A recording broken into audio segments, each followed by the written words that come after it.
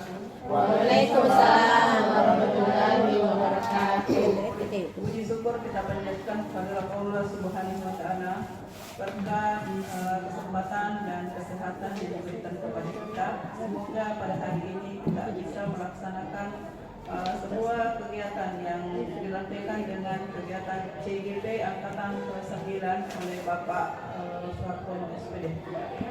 Berikut ini salam dan selawat kita kirimkan kepada baginda Nabi Muhammad SAW karena beliau sebagai suri teladan kita sebagai umat Islam dan umat secara keseluruhan. Untuk kegiatan hari ini kita sudah 2 kali melaksanakan kegiatan di tempat yang sama dengan materi yang berbeda kaitannya dengan CGP Angkatan ke-9 2023. Pada kesempatan ini kita akan mendengarkan presentase yang dilaksanakan oleh Bapak Soehartono tentang budaya positif di sekolah dan bagaimana memperbaiki kesalahan-kesalahan siswa yang pernah dialami sebelumnya. Olehnya itu kami sebagai pihak sekolah sangat menyambut aspirasi yang baik kepada Pak Soehartono sebagai CGP untuk dapat berpartisipasi kaitannya dengan pembelajaran budaya positif yang ada di sekolah. Untuk lebih jelasnya kami persilahkan kepada Pak Soehartono untuk menjelaskan, mempresentasikan modul yang akan dibawakan. Terima kasih Ibu, dan terima kasih juga pertama-tama saya ucapkan kepada teman-teman semua. Assalamualaikum warahmatullahi wabarakatuh. Jadi kegiatan hari ini adalah salah satu kegiatan yang merupakan rangkaian dari aksi nyata yang harus dilakukan oleh CGP. Jadi saya ucapkan banyak terima kasih kepada teman-teman yang sudah meluangkan waktu untuk hadir di sini untuk mengikuti kegiatan ini. Jadi presentasi kita pada hari ini adalah tentang budaya positif. Budaya positif yang akan kita kembangkan menjadi kebiasaan di sekolah kita. Semoga sebentar kita bisa berinteraksi, aktif berpartisipasi termasuk dalam hal menangani kasus, beberapa kasus dan cara penyelesaiannya. Bapak Ibu, tapi sebelum kita mulai, bagaimana kalau saya minta ada salah satu dari rekan di sini yang ice breaking dulu, pemanasan. Bagaimana? Silakan.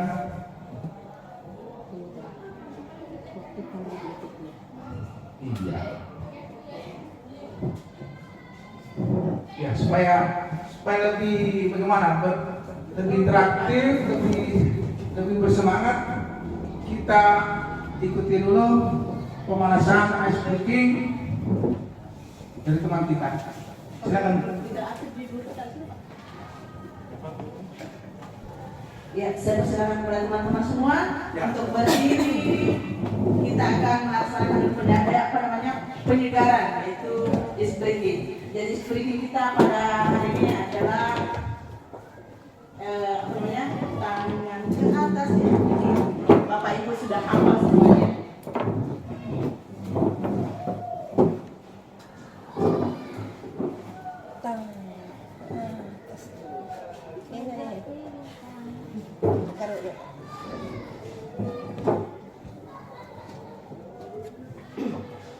Ya, siap semuanya.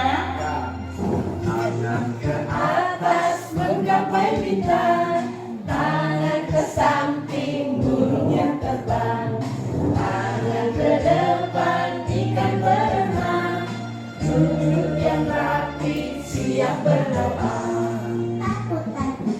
Tangan diputar, lung-gulung-gulung, tangan digulung, bulan melihat di pagar bunda, kanan kiri atas bawah siap berdoa.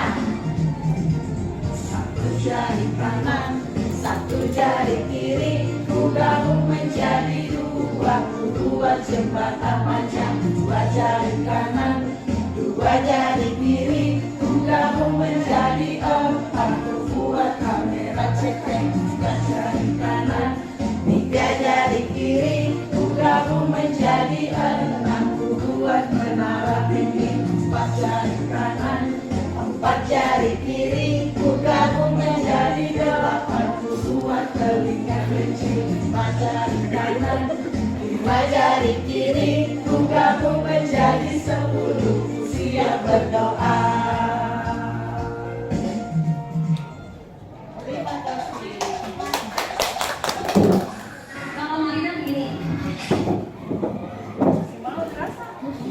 Terima kasih luar biasa, luar biasa. Ya. Jadi kita mulai. Jadi sudah terasa hangat badan kita mulai dengan materi kita. Sebentar kita akan bahas budaya positif, terdiri dari disiplin positif dan nilai-nilai kebajikan universal, kemudian teori motivasi, hukuman, penghargaan dan restitusi. Jadi kita nanti pada saat restitusi ini kita akan berlatih dan menganalisa bagaimana cara kontrol guru dalam menangani kasus-kasus. Kemudian keyakinan di kelas ini terkait dengan kesepakatan yang telah dibikin anak kita di kelas. Kemudian kita juga akan kebutuhan dasar manusia, tentang kebutuhan dasar manusia, posisi kontrol, dan kita perdalam lagi tentang segitiga restitusi. Jadi sekarang istilah yang sedang menjadi banyak perbincangan itu restitusi. Lanjut. Nah, Bapak Ibu, kita awali kegiatan kita dengan coba Bapak Ibu. Saya minta berpasangan ya, di sebelahnya. Yang satu orang silakan mengepalkan tangan. Ya. Mengepalkan tangan. Ya. Satu orang saja, sebenarnya jangan. Oke? Jadi berpasangan, ya. Jadi satu orang mengepalkan tangan. Nah, sekarang yang mengepalkan tangan, bayangkan bahwa yang ada di kepalan tangan tak itu adalah barang yang sangat berharga. Barang yang sangat berharga bagi hidup Bapak Ibu. Jelas? Kemudian di sebelah tak, coba sekarang berusaha bagaimana caranya supaya teman tak yang mengepalkan tangan itu bisa membuka tangannya. Coba lakukan 1 menit. Terserah apakah mau dirayu atau dibuka atau ya.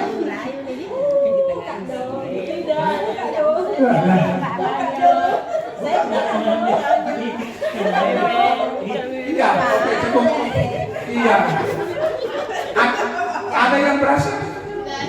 Ada yang berhasil? Tidak ada. Jadi itulah gambaran dari siswa kita. Kita selama ini beranggapan bahwa kita itu bisa mengontrol siswa. Kita itu bisa mengubah siswa. Padahal itu hanya karena ilusi. Yang mengepalkan tangan tadi itu siswa kita ya. Kita berharap bahwa kita bisa membukanya. Ternyata tidak bisa membuka, bisa dipaksa. Nah, yang dipaksa itulah yang selama ini sering kita lakukan. Nah, makanya katanya orang hukuman. Ternyata itu hukuman. Ternyata itu hanya ilusi bisa mengontrol siswa. Jadi paham Bapak Ibu? Jadi kira-kira apa yang bisa membuat siswa tadi yang mengepalkan tangan itu membuka tangannya? Kira-kira siapa? Iya, jadi yang tadi bisa membuka dengan sukarela itu tadi adalah siswa sendiri. Nah, kita ini tadi hanya sebagai guru yang berusaha membuka. Nah, ketika seorang guru bisa membuka kepala tangan tadi, itulah kita sudah berhasil melakukan restitusi. Seperti itu. Jadi Bapak Ibu, lanjut? Oke. Jadi ilusi guru mengontrol murid, padahal sebenarnya itu ya bisa dikontrol, tapi sebenarnya ilusi. Seperti apa ya? Seperti tidak sesungguhnya. Murid bisa berubah ternyata bukan dari dalam hatinya, tapi karena ada unsur paksaan. Nah, kita sebagai guru nanti berusaha tapi sebenarnya cuma istilah, bukan hukuman kunci, tapi ada namanya istilahnya itu ada follow up bagaimana menindaklanjuti hal tersebut. Seperti itu saya kira. Masih ada? Kita lanjut. Nah, oke. Jadi inti kita restitusi. Restitusi adalah proses menciptakan kondisi bagi murid untuk memperbaiki, bukan menebus ya, memperbaiki kesalahan. Jadi beda kalau menebus. Nah, misalkan begini, ada sesuatu yang terlambat, kemudian langsung kita denda. Itu namanya menebus. Denda tadi itu untuk menebus keterlambatan tadi. Istilah restitusi itu memperbaiki. Jadi ada prosesnya nanti. Proses restitusi itulah yang kita istilahkan dengan segitiga restitusi. Restitusi. Jadi proses memperbaiki kesalahan. Jadi barangkali Bapak ikut supaya diingat. Coba restitusi. Restitusi. Perbaiki ya. Oke. Kata ini. Oke. Masalah hukuman, konsekuensi dan restitusi. Kemudian ciri-ciri restitusi bukan menebus kesalahan, namun belajar dari kesalahan. Kemudian memperbaiki hubungan. Kemudian dalam restitusi itu ada namanya tawaran. Jadi kalau kita guru itu harus menawarkan dulu ke siswa. Selama ini kan kok, sana kerjakan sana, tanpa ada penawaran, tanpa ada negosiasi. Kemudian restitusi menuntun untuk melihat ke dalam diri. Jadi siswa itu kita minta untuk introspeksi. Kemudian yang terakhir kali yang paling utama itu restitusi itu mengembalikan jiwa atau hati siswa yang sudah berbuat salah itu supaya bisa menyatu kembali dengan kelompoknya. Ini karena kita sesekali pada melupakan bahwa siswa kita itu adalah bagian dari komunitas. Ketika kita sudah menghukum dan siswa merasa malu, dia kadang itu enggan bergabung dengan teman-teman sekelasnya. Salah satu pentingnya restitusi adalah bagaimana supaya kita itu bisa mengembalikan siswa kita ke dalam komunitasnya. Kemudian keyakinan kelas, apa keyakinan kelas tadi? Kesepakatan yang dihasilkan dari antara guru dengan siswa, bagaimana supaya bisa mewujudkan konsekuensi atau peraturan. Nah, kita lanjut saja. Kemudian kebutuhan dasar manusia, rasa memiliki, dan siswa kita itu pasti punya belonging, rasa memiliki. Kemudian power, siswa itu pasti ada itu perasaan yang ingin menguasai. Kemudian ingin juga bebas, freedom, kan? Dan fun itu yang senang, artinya senang. Jadi 4 hal ini yang akan membuat survive, akan bertahan menjadi siswa kita, akan nyaman menjadi siswa kita. Sekarang ini sebentar kita akan diskusikan posisi kontrol. Jadi 5 posisi kontrol. Oke, masih dikembangkan oleh Dan Hussein. 5 posisi kontrol. Pertama, kita guru, posisi kita sebagai apa? Apakah sebagai penghukum, pembuat merasa bersalah? Pernah Bapak Ibu? Nah, kalau masa kasih begitu Pak, tegang itu lewat di depanku, baru kau bilang begitu ya? Itu bagi makar itu ada, sering kita membuat merasa bersalah. Kemudian, tunggu ya. Kemudian teman, saya ada beberapa di sini yang kalau dengan siswa itu kadang untuk mengontrol siswa itu sebagai teman. Pemantau, yang mana pemantau? Nah, pemantau itu tindakannya pemantau itu selalu berdasarkan tadi tata tertib. Jadi pokoknya tidak pernah menaati peraturan. Kenapa tuh? Tapi bahasanya itu formal. Nah, inilah posisi kontrol yang diharapkan kita sebagai guru adalah sebagai manajer. Sebagai manajer nanti kita akan melakukan langkah-langkah namanya restitusi. Jadi kita diharapkan seperti itu. Oke Bapak Ibu. Sebagai apa tadi kita? Nah, selama ini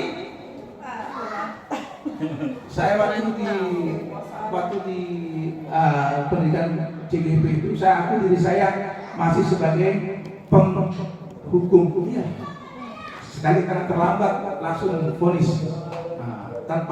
Tanpa komunikasi, tanpa menanyakan, kadang langsung tarik pinggang. Tapi memang kadang kondisinya sekelas kan kadang-kadang harus merasa seperti itu ya. Cuma kita harus berusaha untuk bagaimana caranya kita nanti lambat-lambat itu bukan sebagai penghukum. Oke. Ini. Jadi yang dianggap gagal itu dua poin. Sebagai penghukum dan pembuat rasa bersalah. Itu berarti negatif. Kita dianggap belum mampu untuk mengontrol siswa karena masih sebagai penghukum dan pembuat rasa bersalah. Saya yakin Bapak Ibu guru sering melakukan itu, pembuat rasa bersalah ini. Sering toh, jadi biasanya ungkapannya bagaimana itu? Pembuat rasa bersalah. Yang pernah kita tanyakan ke siswa ketika kita menangani pembuat rasa bersalah. Pembuat rasa bersalah. Coba begini. Iya, apalagi coba? Maksudnya nakal dulu Pak. Lagi nggak kesian gitu sama orang tua Kak? Ya, termasuk itu ya. Nakal dulu, tadi baru. Nakal dulu. Kemudian tidak mau kasihan sama orang tuamu. Mau menerbitkan rasa bersalahnya, tapi ternyata ini negatif. Karena eksesnya nanti itu, anak itu langsung tidak pede. Anak itu langsung rendah diri dan selalu menyesali dirinya. Seperti itu. Kalau penghukum itu lebih parah lagi. Karena anak itu biasanya sampai menyimpan dendam. Dan kadang oke lah melakukan yang kita instruksikan, tapi ternyata ini penumpang di dalam hatinya. Kita dari penghukum itu. Dan karena itu dendam juga terus. Seperti itu. Teman, jadi teman pemantau itu positif ya. Jadi saya kira banyak sebagai teman. Kalau saya perhatikan guru BK selama ini luar biasa juga. Sahabat teman kami bercakap sebagai teman ya. Kemudian dan inilah yang kita harapkan sebagai manajer. Demikian Bapak Ibu tentang posisi. Kalau manajer itu nanti harus melalui segitiga restitusi. Ada langkah-langkahnya dan sebentar kita akan bahas. Tapi kita lanjut Bapak Ibu ya. Ini segitiga restitusi. Validasi kebutuhan, menstabilkan identitas, dan kemudian menanyakan keyakinan. Tentu saya bingung nih. Pasti bingung toh? Jadi langkah pertama jadi dasar menstabilkan identitas. Yang bagaimana itu menstabilkan identitas? Begini contohnya Bapak Ibu. Ketika anak misalkan melakukan pelanggaran, itu dirinya, hatinya kan tidak stabil. Tidak stabil toh, kacau, rumit, jengkel, marah. Tidak stabil identitas dirinya, keadaan dirinya tidak stabil. Kacau dirinya. Langkah pertama kita sebagai manajer segitiga restitusi adalah menstabilkan dulu identitasnya. Bagaimana caranya? Banyak. Misalnya begini, setiap orang itu pernah melakukan kesalahan. Seperti itu. Kita stabilkan dulu hatinya. Kalau dia marah atau dia sedih, kita stabilkan. Ini langkah pertama dalam restitusi, menstabilkan identitas. Maksudnya bagaimana? Maksudnya kita stabilkan dulu dirinya, emosinya, sikapnya agar tenang. Karena kalau anak-anak kita sudah bersalah, kita lewati itu. Tidak lihat kondisi siswa, hantam. Nah. Belum ada proses awal dari segitiga restitusi. Nah, setelah tenang, tadi cara menenangkan, cara menstabilkan, kata-kata saja dengan kata yang tentu dengan intonasi yang baik, dengan yang ramah. Memang setiap manusia itu pasti pernah berbuat kesalahan. Saya juga pernah. Semua manusia itu pernah juga terlambat. Saya juga pernah. Jadi yang merasa bersalah, semua orang juga pernah mendapatkan nilai jelek. Bagaimana caranya supaya yang mengepalkan tangan tadi, siswa kita tadi itu dengan sukarela mau membuka telapak tangannya tanpa harus berusaha untuk dengan cara memaksa. Oke? Kita lanjut? Iya. Jadi tadi siapa sesungguhnya yang memiliki kontrol? Jadi sebenarnya pada dasarnya itu siswa kita ya, diri kita sendiri. Yang di luar diri kita sendiri itu sebenarnya cuma apa ya? Istilahnya memberikan motivasi dan dorongan. Kita lanjut, kemudian ini. Jadi ini teori yang sekarang jadi perbincangan juga dari Dr. William Glasser, bahwa sebenarnya kita itu tidak bisa mengontrol orang lain. Tidak bisa. Kita cuma bisa mengarahkan saja, tapi yang mau dikontrol itu diri kita sendiri. Seperti itu. Oke, Bapak Ibu. Kita lanjut. Kita lanjut ke disiplin, masalah disiplin. Jadi selama ini pemahaman kita, kalau ada kata disiplin, bayangan kita apa Bapak Ibu? Disiplin, patuh, peraturan, taat. Padahal ternyata disiplin itu pada dasarnya artinya adalah belajar. Jadi siswa itu sebenarnya belajar bagaimana cara mengubah dirinya sendiri, bagaimana cara mengontrol dirinya sendiri. Tetapi sekarang ini disiplin itu ternyata sebenarnya bayangan kita cuma peraturan, taat, tata tertib. Padahal sebenarnya itu disiplin itu asosiasinya adalah proses dari belajar siswa dalam mengenali potensi dirinya. Oke? Nah, sekarang nilai kebajikan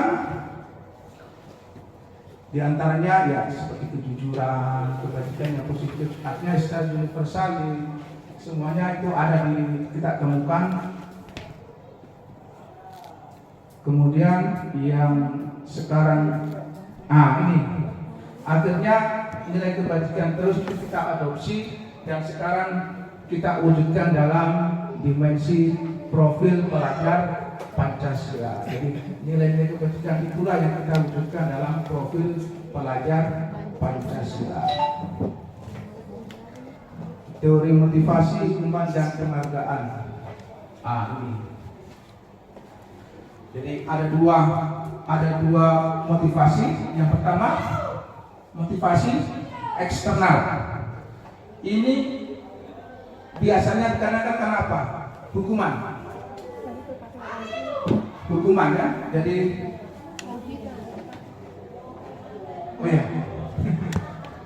sedangkan motivasi eksternal yang kedua itu karena penghargaan.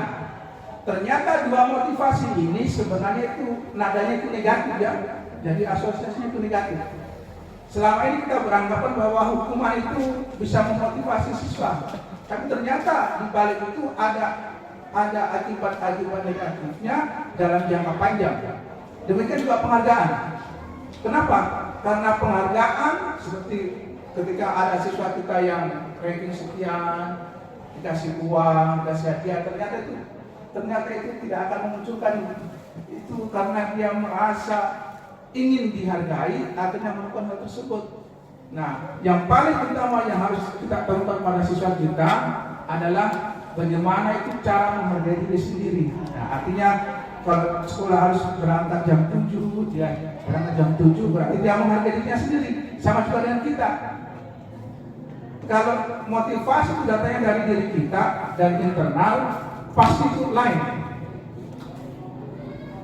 Kalau hanya sekedar mau datang ke sekolah tepat waktu karena mau dipuji kepala sekolah, pasti akibatnya kalau nggak ada kepala sekolah, Nggak ke sekolah. ya sama juga Mbak. takut ditegur. Nah, jadi yang paling utama dari teori motivasi yang akan kita lakukan ke siswa sebenarnya dari diri sendiri.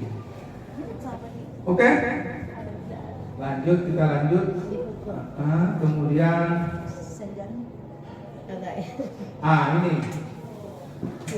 Jadi selama ini yang kita lakukan antara hukuman dan konsekuensi.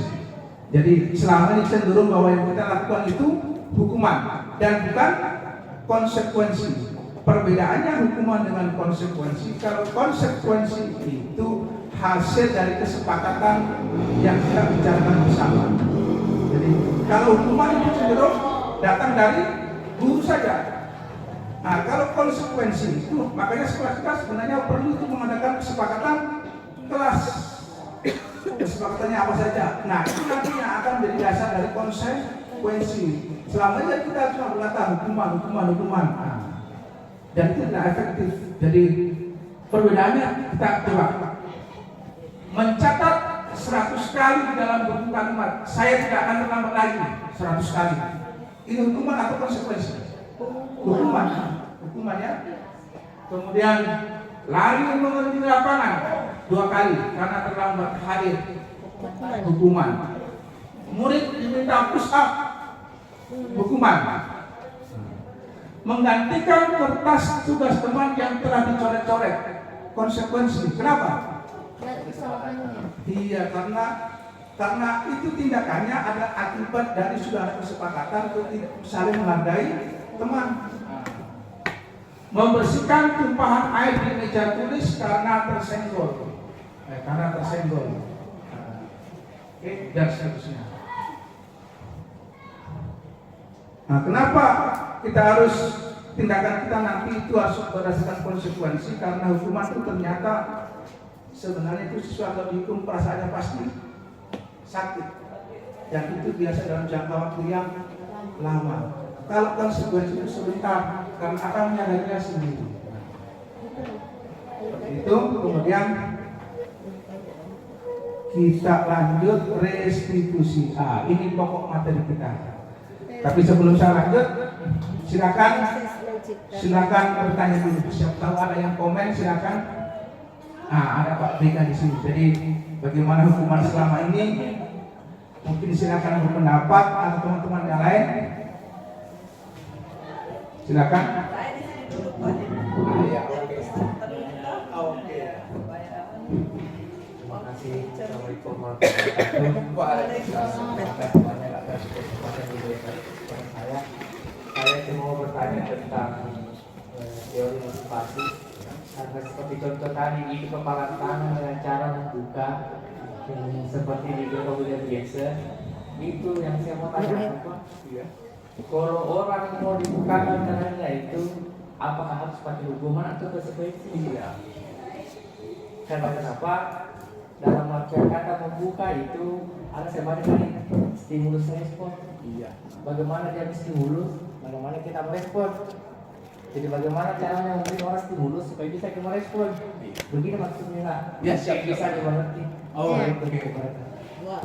Oke, terima kasih. Menarik sekali ya pertanyaan terkait bagaimana kita itu dalam contoh tadi secara sukarela supaya siswa kita itu membuka dirinya. Jadi anggapan kita tadi pertama pasti langsung mau memaksa kan? Itu namanya hukuman. Nah, ada cara yang kita menggunakan namanya konsekuensi atau motivasi tadi. Caranya bagaimana? Komunikasi, dan itulah salah satu cara bagaimana guru bisa membuka pintu hatinya siswa kita tadi supaya secara sadar, secara kerelaan mau membuka tangannya. Pasti kalau kita paksa, nah itulah karena kita sering berbuat seperti itu. Itu namanya hukuman. Karena tanpa harus melalui komunikasi, tanpa harus melalui kata-kata yang memotivasi, langsung berusaha buka. Nah, tanpa dijelaskan bagaimana, coba dijelaskan. semoga sekali itu bantuan kita. Kenapa kita sampai pegang betul seperti itu? Coba sampai kepada saya, kenapa sampai kuat sekali memegang keyakinan seperti itu? Nah, itulah nanti yang akan kita pelajari dalam namanya restitusi. Seperti itu barangkali. Benar Pak? Masih agak kurang Pak menurut Masih. saya. Jadi kenapa? Itu asasnya kan keras. ya, Kita bilang tadi keterbukaan, kesukarelaan.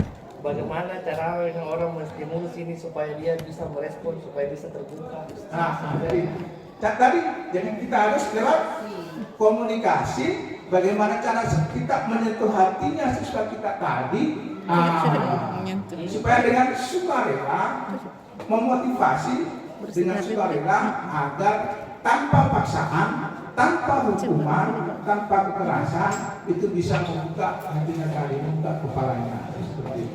Terima kasih. Jadi masih ada? Oke. Ya, silakan. Jadi menarik, jadi katanya tadi ini tentang hukuman. Jadi apakah memang tidak boleh secara penuh itu hukuman diberlakukan?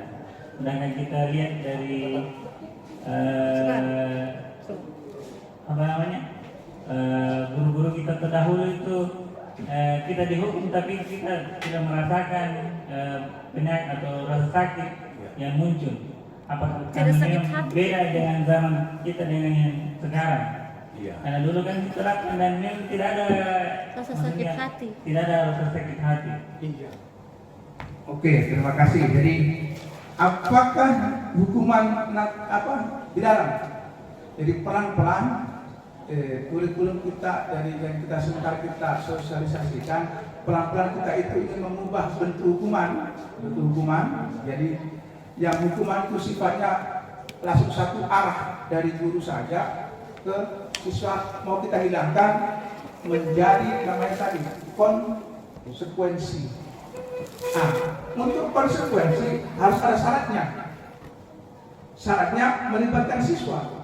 Jadi tidak serta-merta kita langsung buat aturan. Nah, itu dasar hukuman itu sebenarnya kan aturan. Tapi kalau aturan itu kita sepakati bersama, nah itu istilah kita sekarang itu namanya keyakinan kelas, keyakinan ya.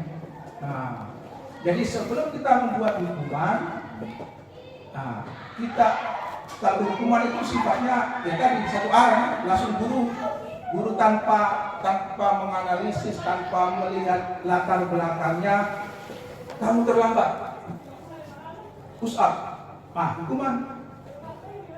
Tanpa ada mengetahui apa penyebabnya, terus apa tindak lanjutnya, tanpa menggali dari siswa. Nah, itu kalau konsekuensi kita yang dulu. Terlambat nih. Kenapa bisa terlambat? Coba ceritakan. Nah, jadi kalau sudah terlambat, apa yang harus kita lakukan? Nah, dan cara ini biasanya saya sudah dengar dari salah satu rekan kita. Salah satu tentunya pernah saya dengar. Jadi kalau sudah melakukan melanggar seperti ini, apa menurut kita untuk memperbaikinya? Pernah saya itu. Jadi salah satu dari teman kita. Nah, itu adalah langkah-langkah untuk konsekuensinya. Hukuman itu pelan-pelan akan kita hilangkan, diganti dengan namanya konsekuensi keyakinan kelas kita. Nah, jadi digali, dicari informasinya. Nah, yang kemudian menanyakan keyakinan. Pada proses menanyakan keyakinan, kita itu menawarkan ke siswa kita. Jadi kalau sudah bersalah, apa yang akan kita lakukan untuk memperbaiki kesalahan kita? Bukan menembus, untuk memperbaiki supaya kesalahan itu tidak terulang di masa mendatang. Nah, itulah yang disebut dengan segitiga restitusi. Proses memperbaiki restitusi.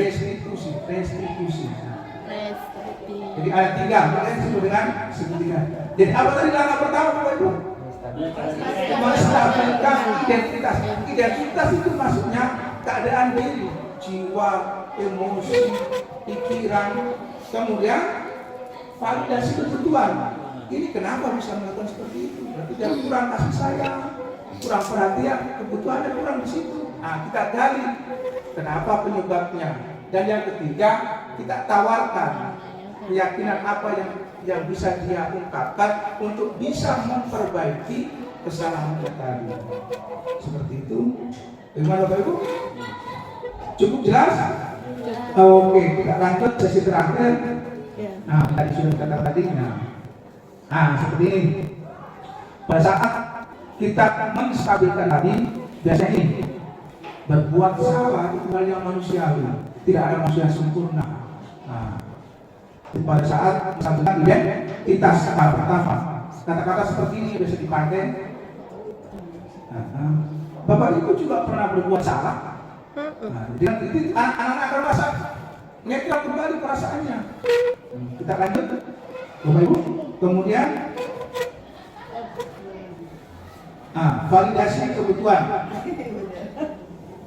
Jadi setiap kali kita menggali, kita ingat kembali dasarnya ya, bahwa manusia itu memiliki kebutuhan dasar, dan itu yang akan kita jadikan dasar supaya siswa itu mengakui tadi, menggali input nanti bisa kita dapatkan.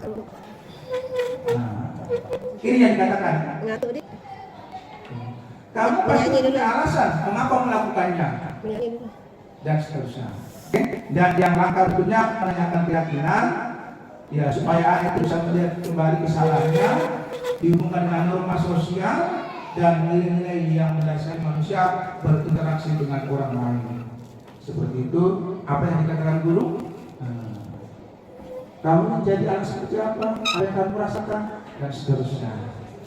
Seperti itu. Jadi mari kita latihan. Kasus 1 dulu.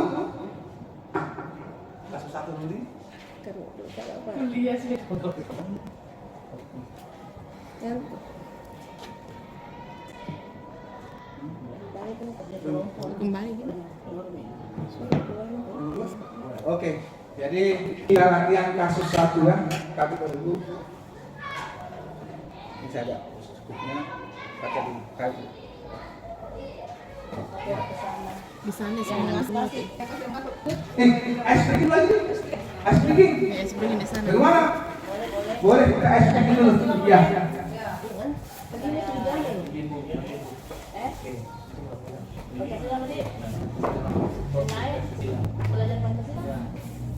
Oke, jadi kita ice breaking dulu.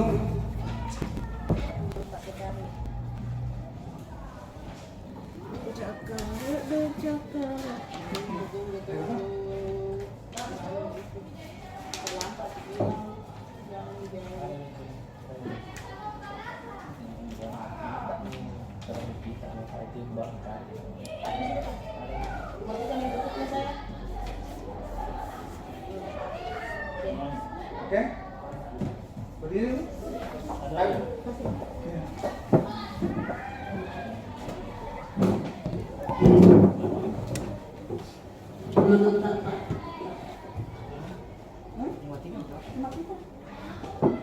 Mari kita sama-sama berdiri lagi, kita sama-sama melakukan ice breaking supaya tidak ngantuk.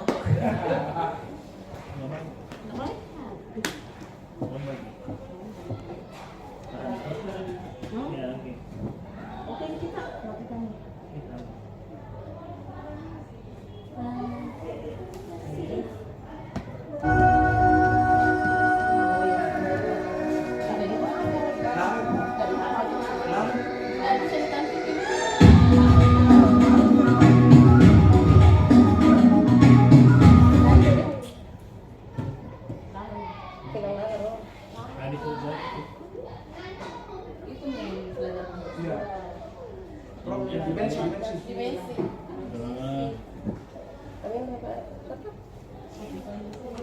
Ya, oke. Gigi palsu berbau, Polydent Cleanser, bunuh bakteri 10 kali lebih kuat. Gerah, ikutan Sprite dari promo aja. Menangkan Vespa dan Agit.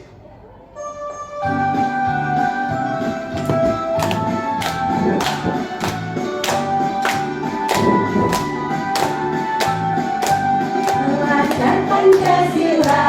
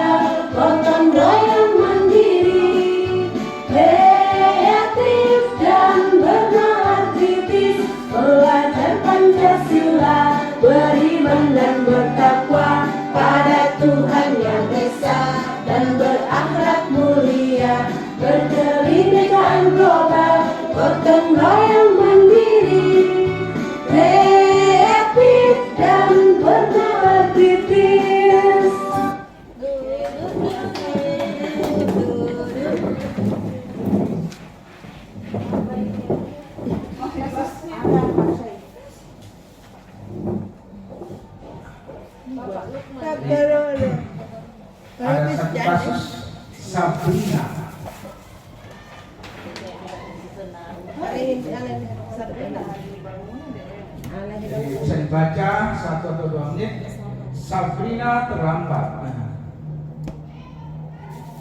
Di depan pintu kelas, Bapak Lukman memperhatikan sepatu Sabrina berwarna coklat.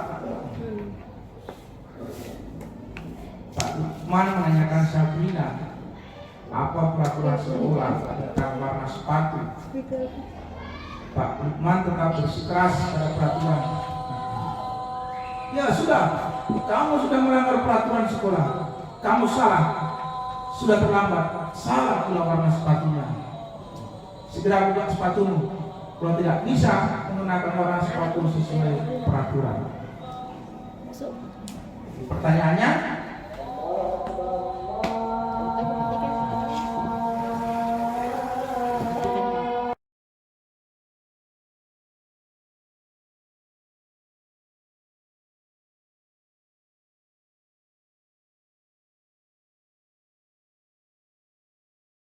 Ya. jadi sebelum kita akhiri pertemuan kita lihat dulu salah satu video tentang restitusi yang saya lakukan terhadap siswa di sekolah kita.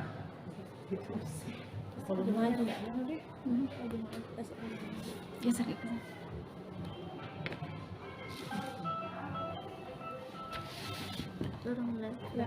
Terjadi pertengkaran di sekolah antara Wiwit dan Muti.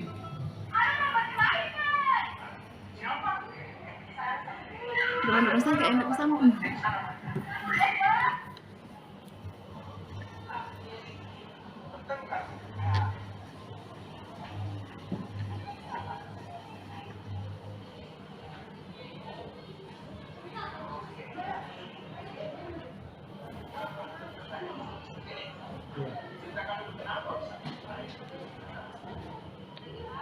Kecil suara.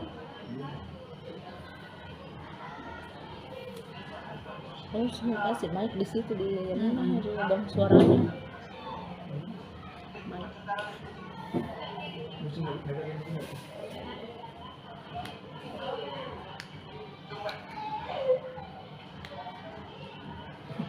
Oke.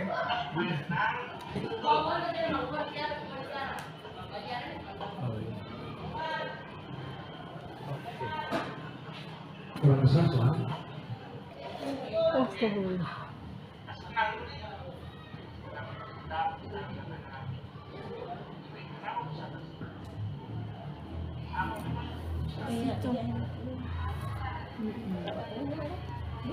Kerok dulu.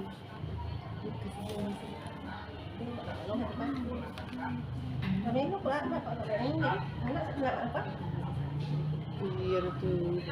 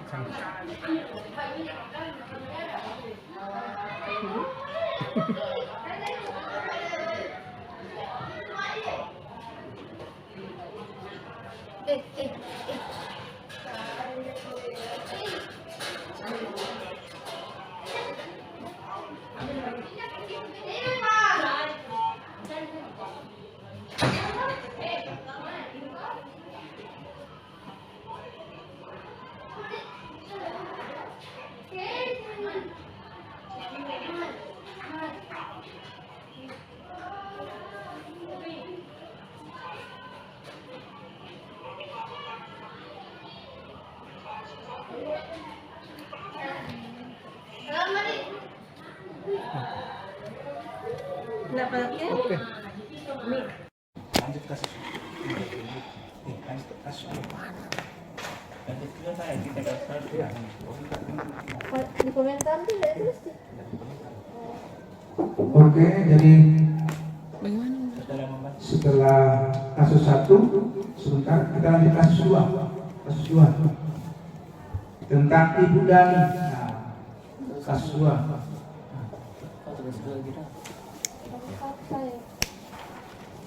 Kemudian Bisa dikunci. Enggak mana. Perlu kaki dikunci. nah, oke.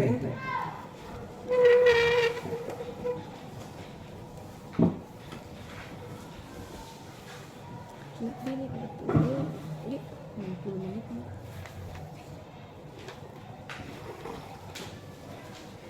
Serius baca Budi. Mau baca deh.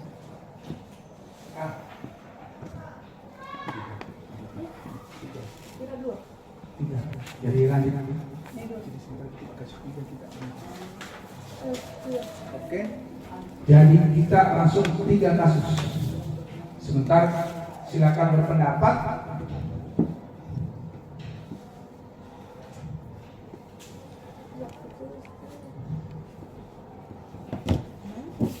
Iya. Oke.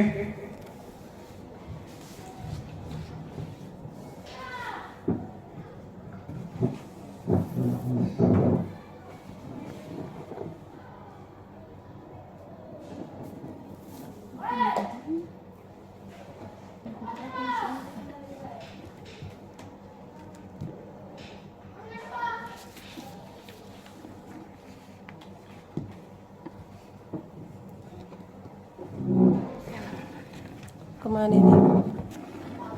Oke, kasus 1.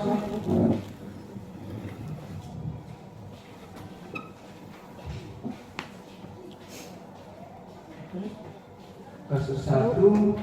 Silakan sampaikan pendapatnya. Iya. Silakan. Satu siapa? Minta tolong salah satu tentang kasus 1 tentang Sabrina. Dalam kasus di atas, sikap posisi kontrol apa yang diambil oleh Bapak Lukman? Tadi kan ada 5 posisi kontrol, Bapak Ibu ya. Nah, dari kisah tersebut, dari kasus tersebut, ini posisi kontrol apa yang dilakukan oleh Bapak Lukman? Apa indikatornya? Indikatornya itu bisa dari perkataan, dari jalannya cerita, kelihatan di situ bagaimana indikatornya yang akan menunjukkan posisi kontrol apa yang dilakukan oleh Bapak Lukman. Silakan. Ya, salah satu. Ya, oke.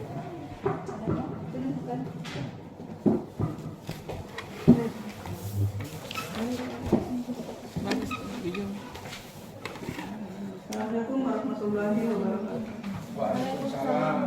Pada kasus di atas, yaitu Sabrina yang bangun terlambat dan terburu-buru sampai di sekolah, dan dia pun sampai di sekolah dan memakai sepatu yang berlainan dengan warna yang disepakati.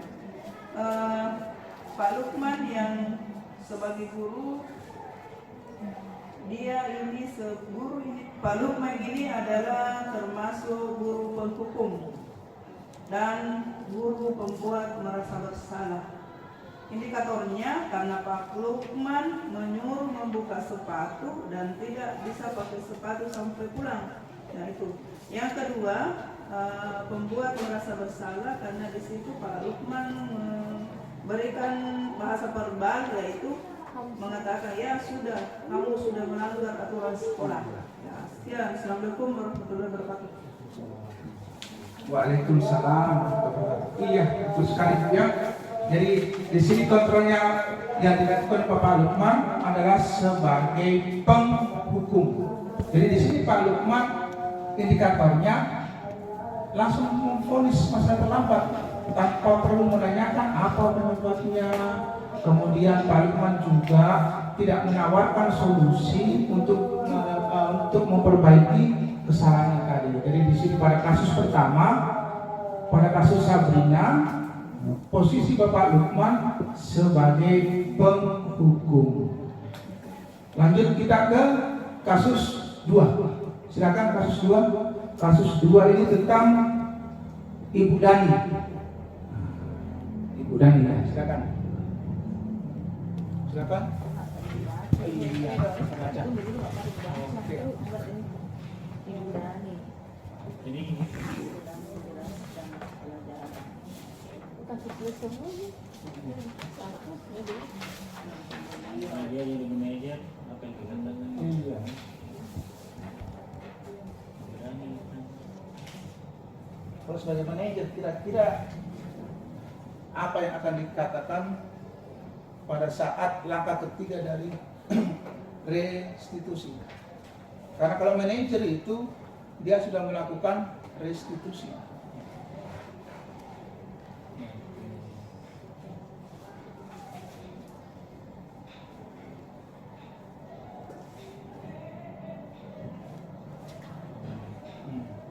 kalau ada sama Ya, sudah, salah ya, ini oke. juga kalau Jadi sama salah Iya. kasus dua,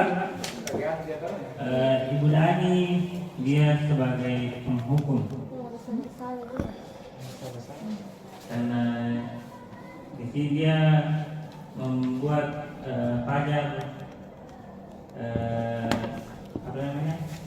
Dia membuat hati pajak sebenarnya ini tersakiti karena dia mengatakan kamu tidak menganggap saya sebagai guru atau mengayatnya, tidak menghargai saya. Kemudian Ibu Dani, kalau dia sebagai manajer sebaiknya Ibu Dani mengatakan kepada pajak ini tidak menganggap saya sebagai guru atau mengayatnya, tidak menghargai saya. Kemudian Ibu Dani, kalau dia sebagai manajer sebaiknya Ibu Dani mengatakan kepada pajak ini kesalahan ini atau kamu sebenarnya bisa lebih baik dan semua orang tidak semuanya orang yang sukses itu langsung sukses, tapi pasti dia ada prosesnya dan bisa memperbaiki dirinya. Yang ketiga adalah bagaimana caranya agar kamu bisa lebih baik dari yang sekarang. Oke, terima kasih Pak. Dan untuk kasus kedua ini posisi dari Ibu Dani ya tadi sebagai apa yang tadi kasus kedua? Sebagai pembuat Rasa bersalah. Karena Ibu Dani mencoba dari perkataannya itu, gimana kamu Fajar? Kamu tidak kasih sama ibu ya? Ibu sudah bisa mengajar kamu. Tidak kasih sama ibu. Nah, kemudian saya manajer cocok tadi yang dibilang oleh Bapak bahwa caranya bagaimana kita supaya siswa tersebut itu bisa memperbaiki kesalahannya yang merasa cuek terhadap pelajaran. Ya. Kita lanjut ke kasus ketiga, kasus yang terakhir. Ya, kasus yang terakhir dari langkah-langkah tersebut kita simpulkan apa yang kasus ketiga, Bapak Ibu? Konsekuensi. Enggak, itu yang kontrolnya apa? Sebagai apa kira-kira itu? Manajer. Iya, sebagai manajer. Di situ jelas langkah-langkahnya ya, mulai dari menstabilkan identitas, kemudian validasi kebutuhan ya. Oke, kemudian menanyakan keyakinan, ada semua di situ. Termasuk solusinya, termasuk bagaimana supaya menawarkan untuk kancing bajunya tadi yang terlepas. Jadi demikian pertemuan kita pada hari ini. Saya minta salah satu untuk mereview apa yang sudah didapatkan pada hari ini, refleksinya. Silakan. Terutama tadi 5 posisi kontrol itu apa saja, kemudian langkah-langkah restitusi. Silakan Ibu. 2 menit.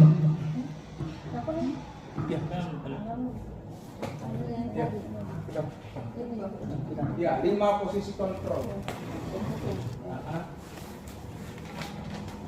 Baik, terima kasih atas kesempatan yang diberikan kepada saya. Jadi dari materi yang telah dibawakan oleh Bapak tadi, jadi di sini saya bisa menyimpulkan bahwa ada 5 posisi kontrol dalam menangani siswa. Yang pertama adalah penghukum, guru sebagai penghukum.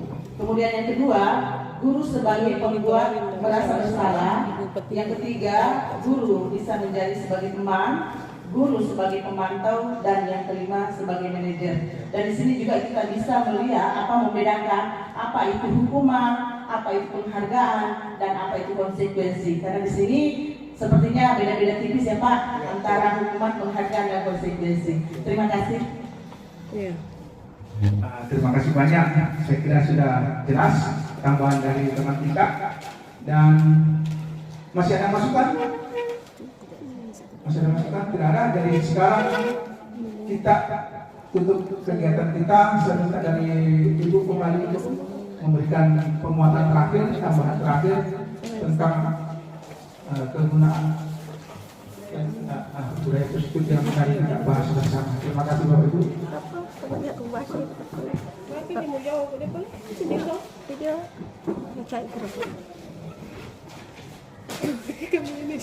Assalamualaikum warahmatullahi wabarakatuh. Waalaikumsalam. Sudah tadi pembahasan tentang bagaimana menumbuhkan budaya positif yang ada di sekolah.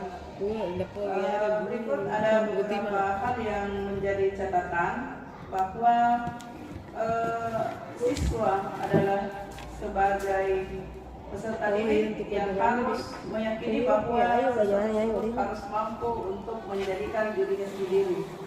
Artinya bahwa pengaruh eksternal yang ada dalam kaitannya dengan keberhasilan siswa itu lebih berpengaruh terhadap pengaruh internal.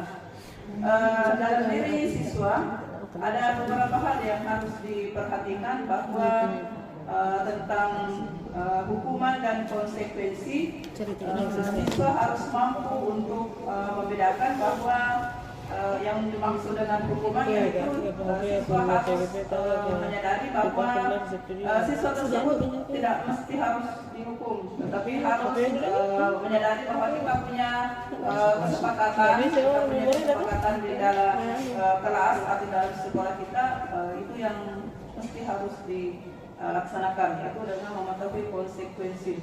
Berikut dalam kaitannya dengan posisi guru sebagai pengontrol siswa, ada beberapa tipe yang biasa terjadi, yaitu ada menghukum, ada pembuat siswa bersalah, ada bertindak sebagai teman, dan ada bertindak sebagai pemantau, dan ada yang bertindak sebagai manajer. Dan mungkin yang terakhir inilah yang mesti kita harus laksanakan sebagai seorang guru, yang lebih optimal yang perlu kita laksanakan. Karena di dalam bertindak sebagai manajer ada tiga